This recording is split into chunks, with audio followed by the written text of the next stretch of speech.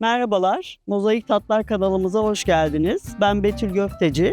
Bugün Bodrum Gümüşlük'teyiz. Gümüşlük'te güzel lezzet lokasyonlarını keşif yapacağız. Hadi gelin başlayalım.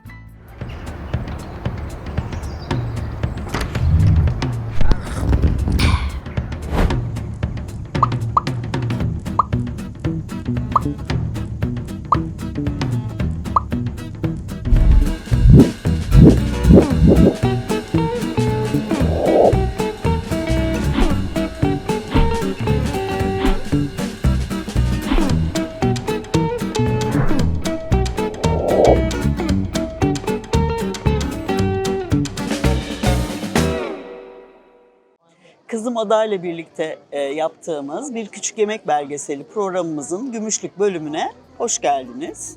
Bugün Manolya restorana kahvaltı için, Bake My Day kafeye tatlılar ve kahveler için hem gün batımının keyfini çıkartmak hem de akşam yemeğimizi yemek için de Mükellef restorana gideceğiz.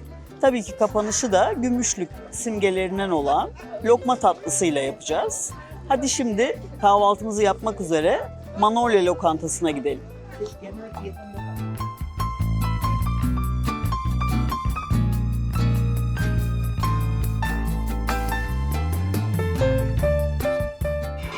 İlk durağımız olan Manolya lokantasına geldik. Burada kahvaltımızı yapacağız. Daha çok burası böyle esnaf lokantası gibi ev yemekleri üzerine yoğunlaşmış bir yer. Ama sabahları da hem çorba hem de kahvaltı da sunuyorlar. 4 yıl önce açılmışlar. Lokasyonları bence son derece güzel. Bütün yazlık sitelerin olduğu bir bölgede, oldukça işlek bir yerde ve manzara oldukça güzel bir yer. Tamamen Gümüşlük koyuna yukarıdan bakan bir konumda. Burası Koyunbaba lokasyon olarak. Daha önce hep önünden geçip gördüğümüz ama denemediğimiz bir yerdi. Bugün sizlerle birlikte buranın lezzetlerini de denemiş olacağız.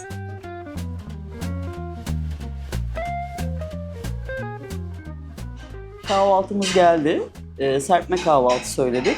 Ekstra olarak da bir menemen söyledik. Serpme kahvaltıda bayağı güzel çeşitler mevcut.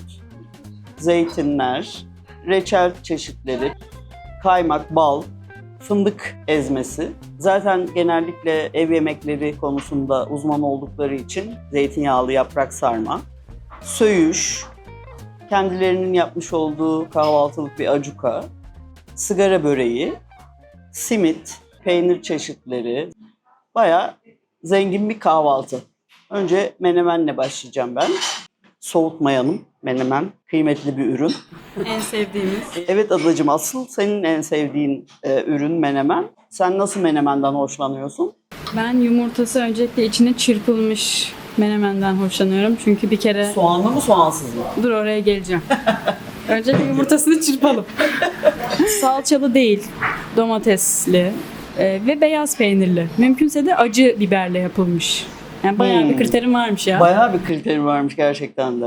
Bir gün belki bizim mutfağımızda da hazırlarız bir Antakya kahvaltısı. O zaman da yaparız. Evet, şimdi de menemeni ben bir deniyorum. Evet, soğanlı bir menemen.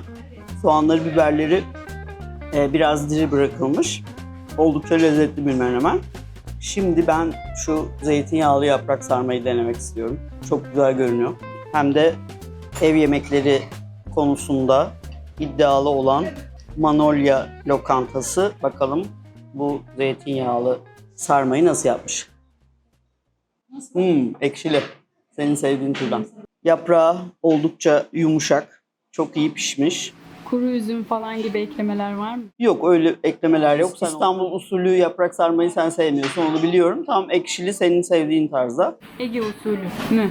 Bu daha çok Anadolu'nun genelinde yapılan tarzda bir yaprak sarması. İstanbul usulünün içinde kuş üzümü, fıstık, kuru baharatlar daha yoğun olur. Ege usulünde de taze baharatlar, maydanoz, taze nane, senin çok sevdiğin dereotu Bayıldım. bayılır. Ondan sonra o tarz taze baharatlarla çeşitlendirilir Ege usulü yaprak sarma. Bu bir tık fazla pişmiş bana göre. Ben pirinci biraz daha tane tane kalsın seviyorum. Ama lezzet açısından son derece iyi.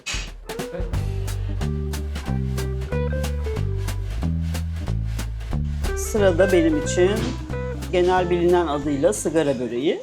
Ama son yıllarda parmak böreği denmeye başladı. Abi bundan çok var. Bu bilgi sana verilmedi mi? Hay Allah. Ama gastronomide böyle bir öncülük başlatıldı ve artık bu orijinal adı sigara olan böreğimizin yeni adı parmak böreği. İçinde çökelek, lor tarzı bir peynir kullanılmış, maydanozla zenginleştirilmiş. Biraz daha farklı. Evet, normalde beyaz peynirle de yapılabiliyor. İçine bayağı çökelekli harç konulmuş, maydanozlu. Maydanoz tadı gayet net geliyor. Ben içi bu kadar dolgulu değil de dışının çıtırı fazla olan ve iç dolgusu biraz daha az olan parmak böreği versiyonunu daha çok seviyorum sanırım. Ama güzel yani. Son derece güzel kızartılmış. Şimdi de kendi hazırlamış oldukları kahvaltılık acukayı deniyorum. Patates kızartmasıyla birlikte deneyeceğim. Patatesler tam anne patatesi kıvamında. Kendileri patatesleri soyup doğrayıp hazırlamışlar. O çok net belli oluyor. Acukanın içerisinde hem domates hem biber var. Acısı son derece güzel. Kıvamı bayağı yumuşak. Patatesin yanına gayet güzel yakışan acuka olmuş. Burada tabii ki cevizli biberden bahsetmeden edemeyeceğim. Antakya'nın çok güzel bir mezesi olan kahvaltıda, öğlen yemeğinde, akşam yemeğinde, yemeklerin yanında her türlü kullandığım ve evimde hemen hemen hiç eksik olmayan cevizli biber oldukça keyifli bir mezedir. Denemeyenleriniz varsa mutlaka onu da denemenizi öneririm. Acukadan farkı ne tam olarak? Bizim Samandağ biberinin kurutulmuş ezmesiyle yapılır. İçinde bolca ceviz olur. Muhammaradan da farklıdır. Bunu çok iyi bir karışım haline getirip zeytinyağıyla harmanlayarak yaparız. Çok az miktarda da soğan ilavesi de yapılabilir. Asıl o biberin lezzetinin ön planda olduğu bir mezedir. Ve tabii ki tercihen ben onu kahvaltıda tercih ederim. Patates kızartmasının yanına. Bir de acukada hafif bir tatlılık da var. Evet, birçok domates sosunda domatesin ekşiliğini biraz bastırmak için hafif bir şeker ilavesi yapılır zaten. Sen o şeker ilavesinin tadını alıyorsun.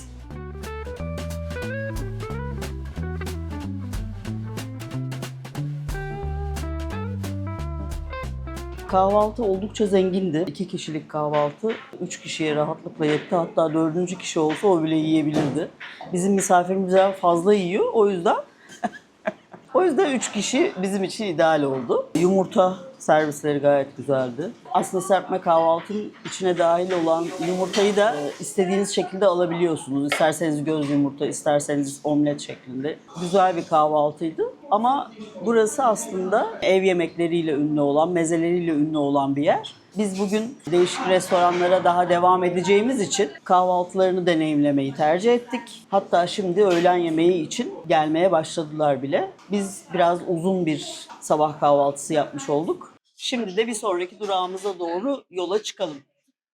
Yemek deneyimimizin yanı sıra ödeme sırasında mekanın işletmecisinin gergin tavrı bize de yansıdı. Bunu da bilgilendirme olarak paylaşmak isteriz.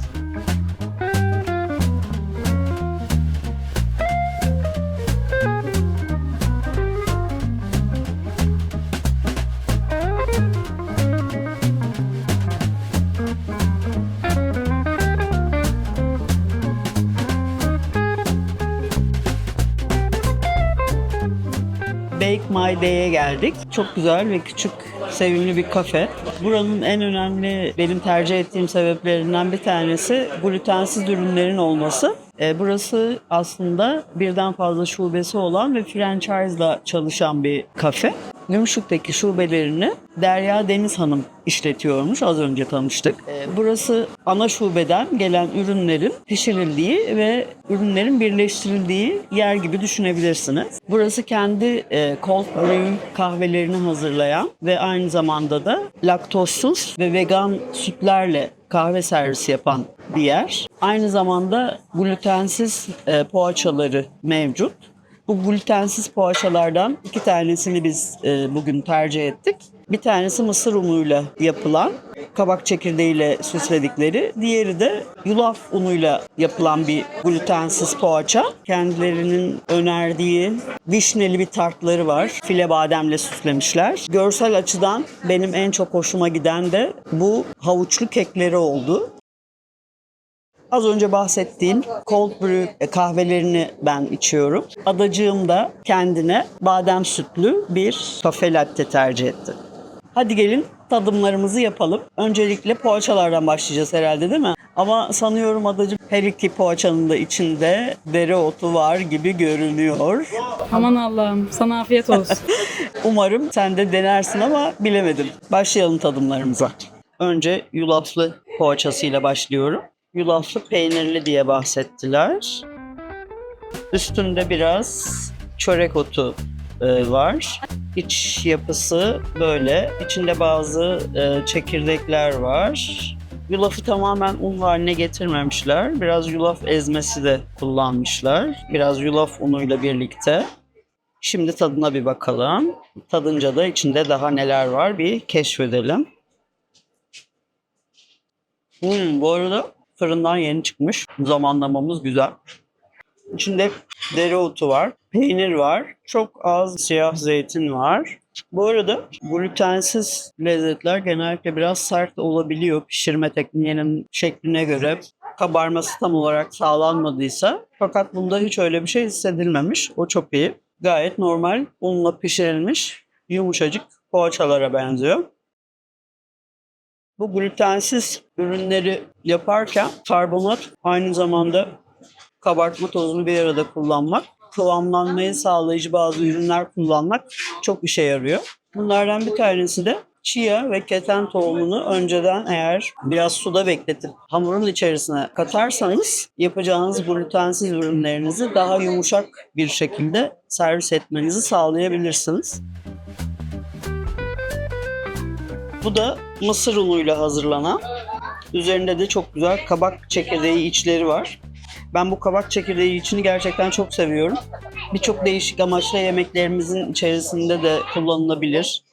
Çorbaların üzerinde çok seviyorum. Mesela kabak çorbaları yaptığınızda çok azıcık bir tereyağıyla kızartarak üzerine ilave etmek de çok güzel oluyor. Bu tarz poğaçalarda, ekmeklerde kullanımı da gayet güzel. Kıtır formda bazı galetaların yapımında falan da çok kullanılıyor son dönemlerde. Magnezyumu oldukça yüksek bir ürün olduğu için de kesinlikle diyetlerde olması gereken bir şey. Evet, şimdi bir de bunun tadına bakalım. Çok iyi. Bu da fırından yeni çıkmış. Bu da oldukça yumuşak.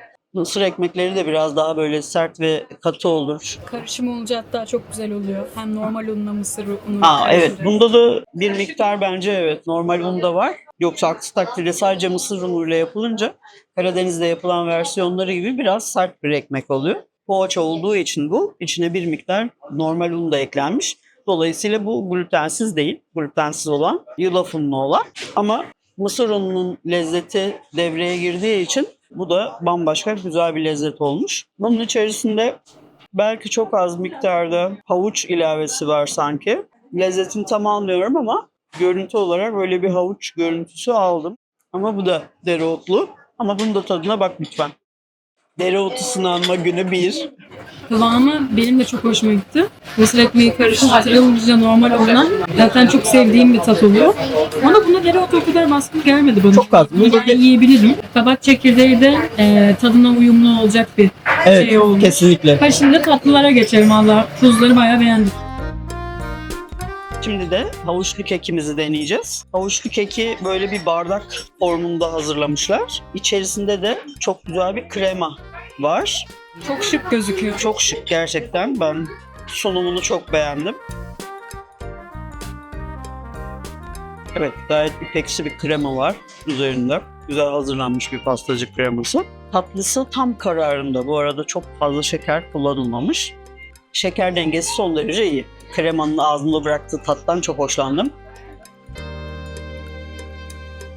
Havuçlu kek bu sunumuyla bence son derece güzel olmuş. Level atlamış gibi gözüküyor. Evet gerçekten de. Hem tek kişilik formuyla hem böyle bardak gibi oluşturulmuş şekliyle ve o bardağın içinin güzel bir kremayla doldurulmuş haliyle. Oldukça hem sunumu hem de lezzeti açısından çok beğendiğim bir tat oldu. Bana da bir dilim keser misin? Tabii ki. O çok büyük bir dilim oldu. Şu senin. Evet, işte o an adamın tarifini istediği havuçlu keki ada deniyor. Bayağı beğendim. Kreması da hafif. İçindeki kuru meyveler de hafif bir tatlılık. Onlar da katmış. Evet. Yani çok fazla rafine şeker hani diye bağırmıyor. Bayağı güzel bir yorum olmuş. Ben beğendim. Evet, sıra geldi vişneli tarta. Derya Deniz Hanım'ın bize önerilerinden ikincisiydi bu. Bu da bayağı taze gözüküyor. Evet, bu da yeni çıkmış. Dışı kıtır, içi gayet yumuşak. Çok güzel gözüküyor ya. Çok, gerçekten çok güzel. Ağızda dağılan bir lezzet gerçekten de. Kuvvetle muhtemel badem unu katkısı var bunda. Öyle bir lezzet alıyorum. Yine aşırı tatlı değil. Tabanı oldukça güzel kıtırlaşmış. İçindeki vişneler ve hafif hamurla birlikte pişirilmiş bir kreması var. Gerçekten güzel. Ve badem ununun tadı bayağı bir çarpıyor. Vişne oranı biraz daha fazla olabilirdi. Ama yine de vişne tadını da alıyoruz. Sıra adaya geldi. Yani zaten tatlı, meyve, şeker. Daha ne olsun? Yani Ada benim için için yeterli. bütün bunlar olmazsa olmazları adacığımın. Çok güzel gerçekten, değil mi? İçinin böyle yumuşak olması hiç beklememiştim. Tart yaparken öncelikle bir tartın alt kalıp kısmı bir ön pişirme yapılır. Daha sonra neli tart yapıyorsak kremasıyla birlikte vişnelerin ilavesi yapılıp ikinci bir pişirme için tekrar fırına gönderilir. Bu sanıyorum hepsi birlikte hazırlanıp tek pişirme yapılmış bir tart. Bu mümkün olabilir. Ne gibi durumlarda? Yapacağımız tart daha küçükse, ki bu böyle tek kişilik bir sunum olduğu için içerisindeki kremayla ve meyveyle birlikte aynı anda pişmesi daha kolaydır. Sonuç gayet güzel olmuş. Ben gerçekten çok beğendim. Evet. Tereyağı tadını net bir şekilde alıyorsunuz. Tartın en önemli ögelerinden bir tanesidir tereyağı. Hani yerken yumuşaklığı aldım dedin ya adacığım. O aslında işte tart hamuru değil. Kremanın pişmiş hali, yani öyle tarif edeyim. Ve artı içerisindeki tabii ki vişne katkısı da lezzeti iyice yukarıya taşıyor. Tabii ki file bademlerin kıtırı da oldukça keyifli. Şimdi biz bu güzel lezzetlerle biraz baş başa kalalım izninizle. Daha sonraki durağımız Mükellef Restoran olacak.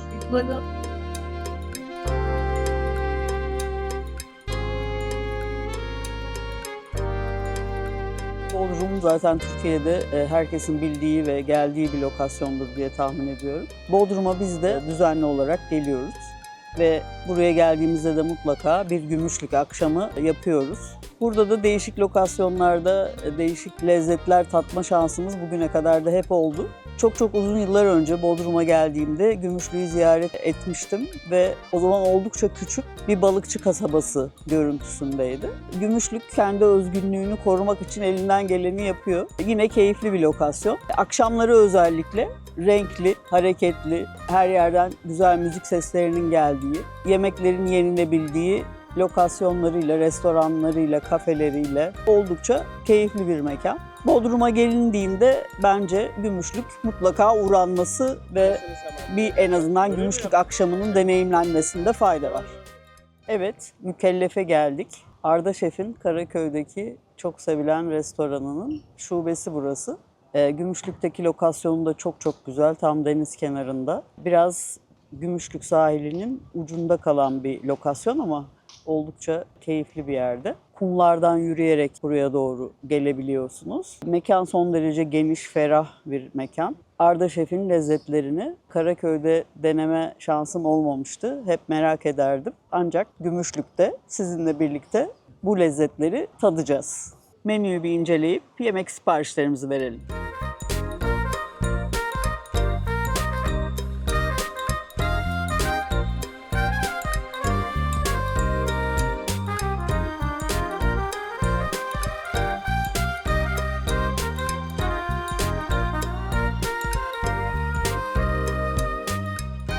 Salatamız ve başlangıç sıcaklarımızdan bir tanesi geldi. Salatamız güş peynirli pancar salatası. Güş peyniri bir Fransız peyniri ama bizim Türk yemek lezzetlerine uygun hale getirilmiş keçi sütünden elde edilen bir peynir. Bir de Levonya diye bir meze sipariş ettik. Bunun içinde de karides, levrek, taze fasulye ve havuç var. Güzel bir kızartılmış bir meze. Yanında da soya sosu var. Şimdi bu salata ve başlangıç ara sıcağımızla tadımlara başlıyoruz.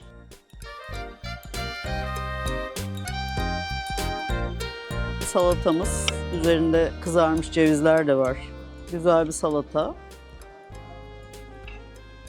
Güş peynirinin tadına bakalım.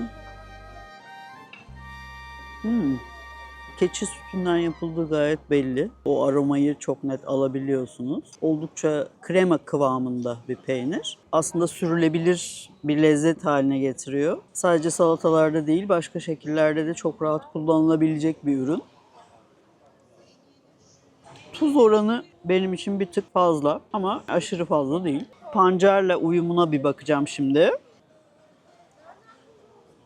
Evet, pancarın kök sebze olması kaynaklı hafif toprağımsı tadını çok güzel kapatıyor. Pancarla uyumu son derece güzel olmuş. Bu kızarmış cevizle uyumuna bir bakacağım. Aslında zaten peynir ve ceviz gayet uyumlu iki ürün.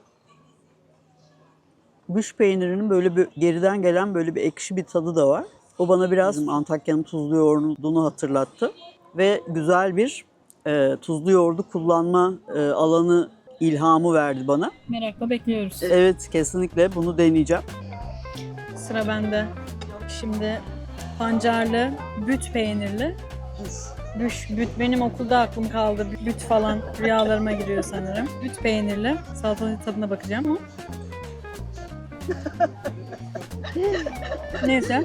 Biraz rüzgarlı bir Bodrum gecesi. Ben böyle kremsi peynirleri zaten çok severim. Hafif tuzlu krem peyniri andıran, hafif ekşiliği de olan. Gayet başarılı. Diğerlerinin tadına bakalım.